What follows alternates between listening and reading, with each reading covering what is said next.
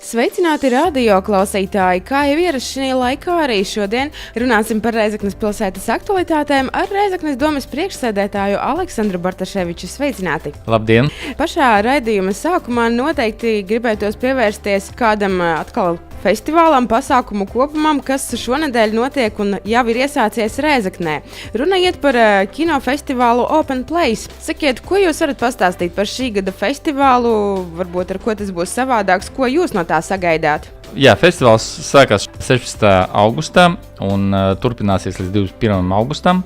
Pietiekoši ilgi, bet tas jau ierasta tāda tradīcija, kā viņš gandrīz veselu nedēļu. Mēs sagaidām no festivāla fascinējušus mūsu viesus, protams, daudzus uzvedumus.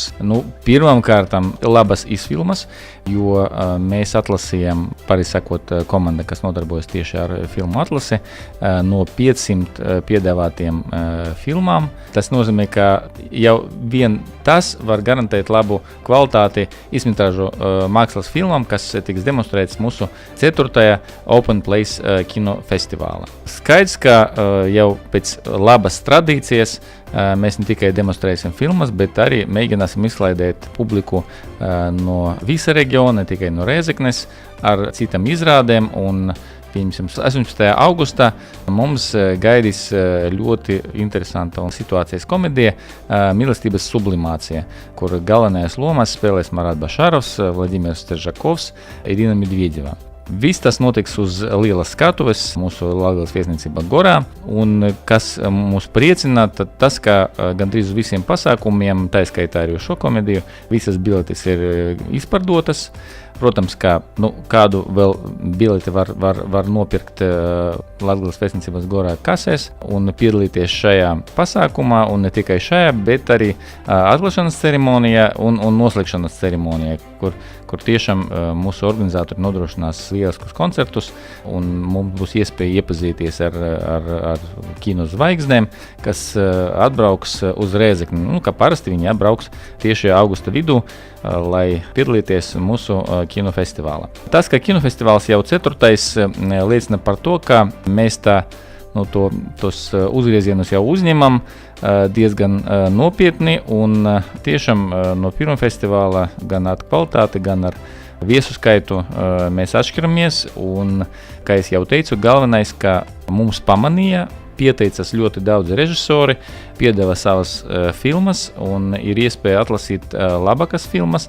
Tas nozīmē, ka tas kinofestivāla līmenis aug ar katru gadu, un tiešām par ļoti prestīžu uzskata apbalvojumus, kas tiek pasniegtas Open Place. Tāpēc pie mums ar prieku brauc daudzas zvaigznes. Un skaidrs, ka šis pasākums nav lēts. Mēs finansējam šo pasākumu no pilsētas domes ar nolūku attīstīt dažus tādus festivālus, lai pievērst turistu uzmanību Rēzeknes pilsētai. Tas ir mūsu koncepcijā iekļauts, un mēs to secīgi realizējam. Bet es no savas puses gribu paaicināt viesus ne tikai uz atklāšanas un noslēgšanas ceremonijām, bet arī uz filmu skati. Sākās filmu skati no 11. gandrīz katru dienu, un ir iespēja nopirkot biletes, kas starp citu mazliet sadardzinājās, 2 eiro maksa bilete, bet tiešām tas tāpēc, ka interese auga. Un noteikti skatītāju skaits palielinājās. Tāpat es arī aicinu uz kino vakariem, kas notiks gan Gorā, augša terasē, gan arī mazajā zālē. Tur piedalīsies arī režisori un aktieri, kas filmē šajās filmas. Filmas tiks demonstrētas ārpus konkursa un būs filmetrāžas. Tāpēc interesanti ieraudzīt visu to komandu, kas piedalīs filmēšanā, un skatīt arī filmu. Man liekas, ka tā ir vienreizēja izdevība, lai to izmantot tieši tagad. Un es aicinu arī mūsu rēzekniešus un mūsu pilsētas viesus apmeklēt arī šos pasākumus. Radoši vakari arī interesanta lieta, gan mazajā, gan lielajā zālē tas notiks, piedalīsies aktieri ļoti populāri. Es jau uzvārdus nesaukšu, jo pēc savas gaumas var vienkārši izvēlēties, iepazīstoties ar šiem vakariem vai to piedāvāto klastu mūsu kinofestivāla programmā. Katram jāizvēlas pašam, ko viņš grib apmeklēt un vai tiešām viņam tas pakabatām. Tas, laikam, viss, kas attiecas uz festivālu, rezumēšu tāda veida, ka aicinu visus rezekniešus būt šajā festivālā, izmantot iespēju nopirkt vēl biletes, kas ir atlikušas ne visiem pasākumiem, jo tiešām interese ir ļoti liela, un dabūt to gandarījumu no saskarsmes ar kino zvaigznēm. Turpinājumā par kādu citu noteikti jāsaka aktualitāti. Pēdējā domas sēdē tika pieņemts lēmums palielināt CIA Rēzeknes Enerģija pamatkapitālu. Tāpat arī ir izbeigta uzņēmuma tiesvedība pret Latgales Enerģija. Varbūt jūs varētu pakomentēt šos te jaunumus un pie reizes tad arī, ja jau par siltumenerģiju iesākam, tad noteikti arī varbūt kādu komentāru gribētos dzirdēt par vismaz tādām kā baumām, kas pilsētā ir parādījušās, ka kāps rēķini par siltuma tarifi. Jā, sākšu ar siltuma tarifiem, jo tiešām tas liekas visaktuālākais jautājums. Un vēl ir iemesls runāt par šo lietu. Es savā slējā Rēzeknes vēstnesī rakstīju, ka mēs plānojam samazināt tarifu, un tā tas arī notiks. Nekas tur nemainījies. Jebkurš, kas apgalvo, ka tarifs tiks palielināts, viņš vienkārši melo vai sagroza faktus. Un šajā ziņā, protams, nevaru neteikt, ka dažas katlumājas tie tarifi var palielināties, pieņemsim tāds Vipingas katlumāja, bet vajag arī saprast, ka iedzīvotājiem maksā nevis pēc Vipingas tarifa, bet pēc kopēja tarifa, kas veidojas saliekot visu saražotu siltumu un attiecīgi visas izmaksas, kas izterētas par to saražotu siltumu. Un tad sanāk, ka noteicoša cena ir tam katlumājam, kas ražo vislielākas apjomus. Vipingas katlumāja ražo tikai 3% no kopējā apjoma. Tas nozīmē, ka pat ja tur tarifs palielināsies, tad tas praktiski neietekmēs kopēju tarifu. Un vēlreiz atgādināšu, ka mēs maksājam vienoto tarifu visi Rēzeknes iedzīvotāji par to siltumu. Kāpēc bija pamats runāt par to, ka tarifs samazināsies? Tāpēc, ka Zemļu rajona katlumāja atbilšana 155 mēs ražosim lētāku siltumu. Zemļu rajona katlumāja ražo tikai trešdaļu no visa Rēzeknes siltuma.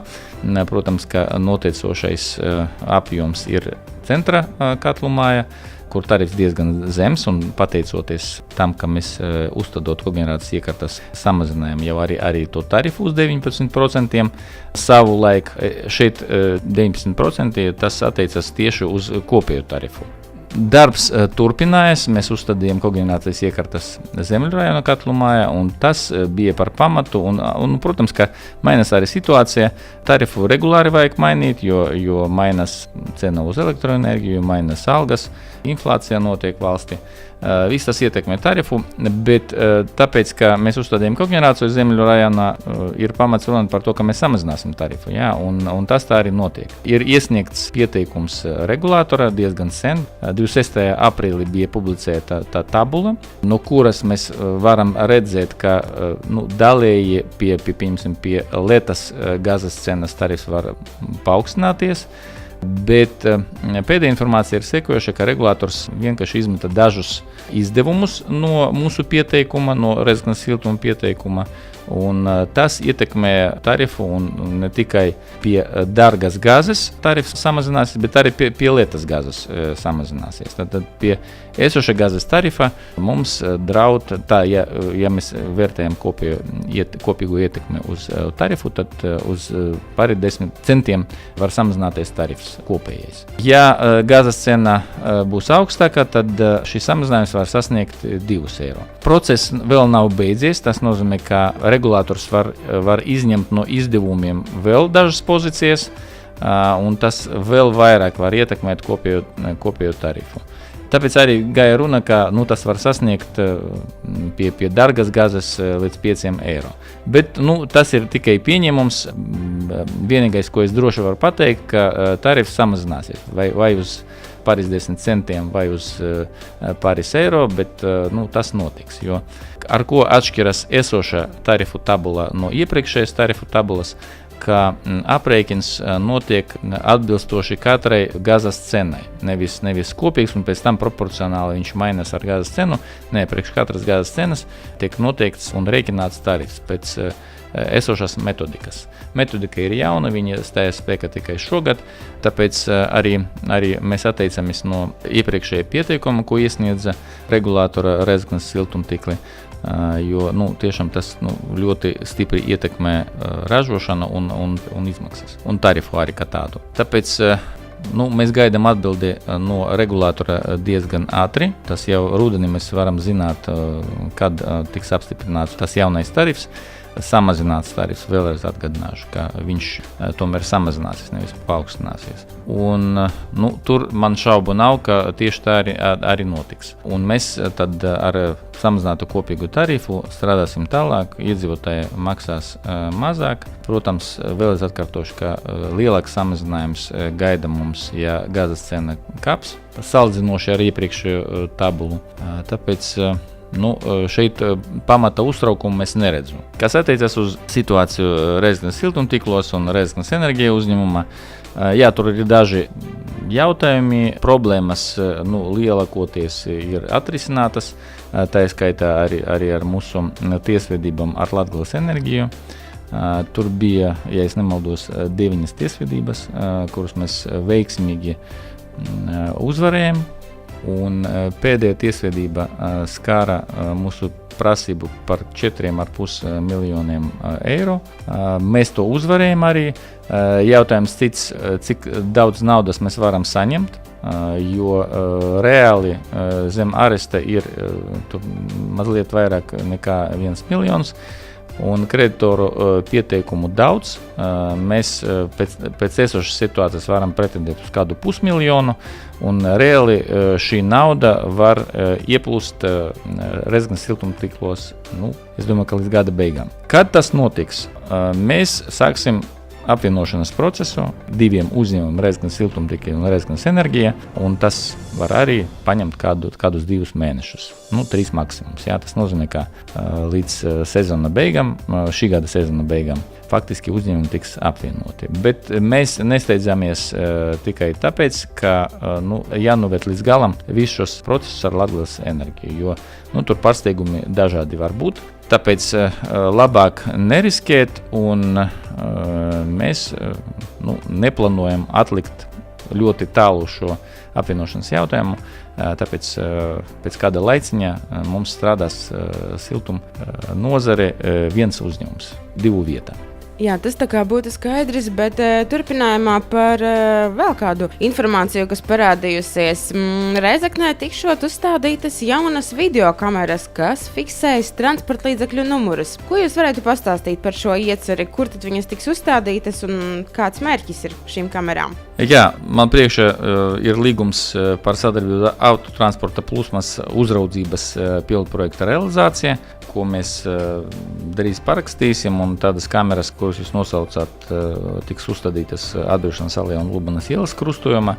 Uzdevums šīm kameram fiksēt sekojušas pārkāpumus. Pirmkārt, viņi skaitīs mašīnas, kas šķērsos šo krustojumu. Pēc tam viņi rēķinās, cik daudz autotransporta līdzekļu, kas pārvietojas bez tehniskas apskates un bez ostas apdrošināšanas. Skaidrs, ka viņi izmantos pēc saviem uzskatiem visu šo informāciju, ko viņi dabūs. Tur tiks fiksēti numuri pārkāpējiem un iespējams, bet es nevaru droši apgalvot, ka sodīs par šīm lietām. Kameras tiks uzstādītas tikai uz 2 mēnešiem, pat cik tas ir pilota projekts. Pašvaldība nenes nekādu atbildību materiālu par šīm kamerām. Pašiem īpašniekiem uzņēmumu Cleantech Service jārūpējas par kameru drošību. Mēs tikai piegādājam elektroenerģiju šīm ierīcēm un nodrošinā visu Cleantech Service firma. Tas, laikam, arī viss par šo lietu. Iespējams, ja darbosies labi kameras, tad iekšlietu ministrija vai šī firma, kas pilda faktiski pasūtījumu, pagarinās šo termiņu un uzstādīs citas vietas šīs kameras. Man liekas, ka tas nav slikti, tas tikai veicina labāku drošību uz ceļiem un iespējams autovadītāji būs uzmanīgāki un tiešām tehniskam lietam veltīs vairāk laika un rūpēsies par tehnisku stāvokli savam mašīnu labāk. Rēzeknes iedzīvotāji ir pamanījuši, ka festivāla parkā ir iztukšots dīķis. Sakiet, vai ir zināmi iemesli, kāpēc tas ir iztukšots, un varbūt arī jūs varat minēt, kad tas atkal tiks piepildīts? Iemesls, acīm redzams, bija laikam daudziem rezekniešiem, kas redzēja, ka kādu brīdi tas dīķis jau pārpildījies, un vēl mazliet, un ūdens sāktu tecēt uz upi, nevis pa Lietuvas kanalizāciju, bet pa virsmu. Kas draud, pa parku, un kas draudēja, ka viss tā brugja virsma festivāla parka tiktu sabojāta ar ūdens plūsmu. Principā norēģējam un nepietiktu tikai tādas parastas tīrīšanas Lietuvas kanalizācijai, vajadzēja nolaist ūdeni, lai ķerties daudz nopietnāk. Uz šo brīdi jau visi darbi ir paveikti, un dabiska ceļa dīķis sāks piepildīties. Ceru, ka tas notiks ļoti ātri, jo mēs redzējām, cik daudz ūdeni tagad pilsētā, gan gruntsūdeni, gan lietus līs, un tas nozīmē, ka diezgan ātri mēs piepildīsim šo dīķi. Mazliet pamanījām to sistēmu ūdens nolaišanas un patērījām, novēršam visus iespējamus draudus, lai tas situācija atkārtotos uz priekšu. Manuprāt, tā bija tāda pareiza un savlaicīga reakcija. Nevajag gaidīt, kad situācija kļūst nekontrolējama. Tāpēc paldies visiem dienestiem, kas paveic šo darbu. Un tad šīs dienas sarunas noslēgumā vēl laikam 5. gadu sanāk Rēzeknes speciālā ekonomiskā zona organizēja gada balvu, kuras ietveros tiek apbalvoti sekmīgākie uzņēmumi. Sakiet, kurus uzņēmumus jūs varbūt īpaši vēlētos izcelt? Jā, speciālā ekonomiskā zona mums jau iezīmējas tāda grupa, līderu grupa, kur katru gadu rada labākus un labākus rezultātus.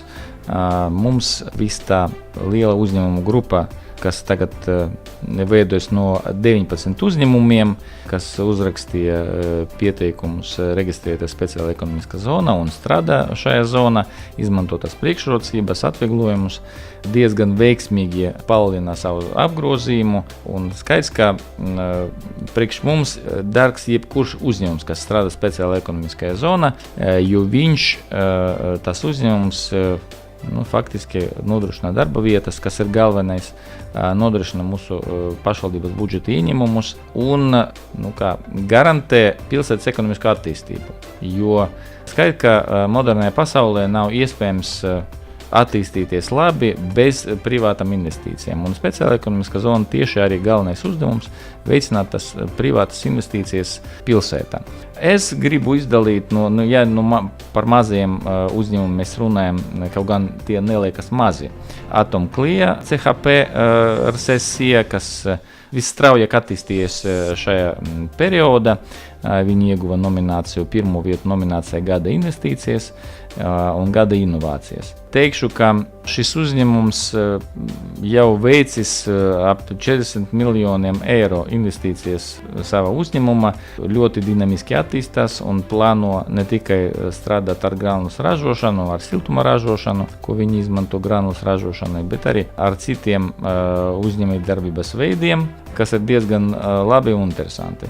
Labus rezultātus arī maziem uzņēmumiem parādīja Rēzeknes dzīvnieks. Viņam ir pirmā vieta nominācijā lielākais nodokļu maksātājs. Un speciāls atzinības raksts par atbildīgu sociālu partnerību un mecenātismu. Jo šis uzņēmums tiešām ļoti aktīvi piedalās pilsētas dzīvi, visdažādākos virzienos, un par to viņam milzīgs paldies. Tieši tādu attieksmi no uzņēmēju puses mēs gaidām savā pilsētā. Arī īpaši gribu atzīmēt SIELEX Rēzekne. Viņi paplašinās ar katru gadu, un viņi ieguva šobrīd pirmo vietu nominācijā lielākais eksportētājs. Un atgādināšu, ka gandrīz viss apgrozījums, viss saražot produkcija, kas ir ražota ar SEZ uzņēmumus, iet uz eksportu. Liekas, mēs eksportējam, ja tā salikt, gandrīz 90% no tiem 70 miljoniem eiro, kas pērn bija saražots mūsu uzņēmumos, speciāli ekonomiskajā zonā. Tas ir ļoti liels apgrozījums, un tiešām mēs lepojamies ar saviem uzņēmumiem. Sija Vērams, pirmā vieta nominācijā gada ražotājs starp lielajiem uzņēmumiem. Viņi arī ļoti strauji attīstās, piedāvā jaunas produkciju veidus, paplašinās, un tas arī ir labi. Katru gadu viņam pieaug darbinieku skaits, kas, mūsuprāt, ir ļoti svarīgi. Nu, un, protams, viens no tādiem uzņēmumiem kā New Fuel, mēs par viņiem runājam, tie paši lielākie mūsu investori. Es domāju, ka tā tradīcija turpināsies. Un arī viņi pēdējā gadā pieņema darbā ļoti daudz jaunus cilvēkus. Un par to viņam ir īpaši atzinības raksts par nodarbinātības veicināšanu. Varbūt es nepieminēju kādus citus uzņēmumus, kas ļoti labi strādāja, bet viņam arī milzīgs paldies no Rēzeknes pilsētas domes par viņu darbu, par viņu aktīvu dalību sabiedriskajās lietas un par daudzam darba vietām, kas pērn parādījies Rēzeknes pilsētā. Jā, atliek tikai cerēt, ka šādu uzņēmumu mums parādīsies vairāk un vairāk. Jā, un tam ir pamats, jo mēs tagad ļoti nopietni strādājam ar dažiem uzņēmējiem, kas plāno arī veikt lielas investīcijas. Tas nozīmē, ka visa tā naudas plūsma turpināsies un viņi palielināsies uz Rēzeknes virzienu. Šobrīd jums teikšu paldies par sarunu. Radio klausītājiem atgādināšu, ka par aktualitātēm mūsu pilsētā Rēzeknē stāstīja Rēzeknes pilsētas domes priekšsēdētājs Aleksandrs Bartaševičs. Visu labu!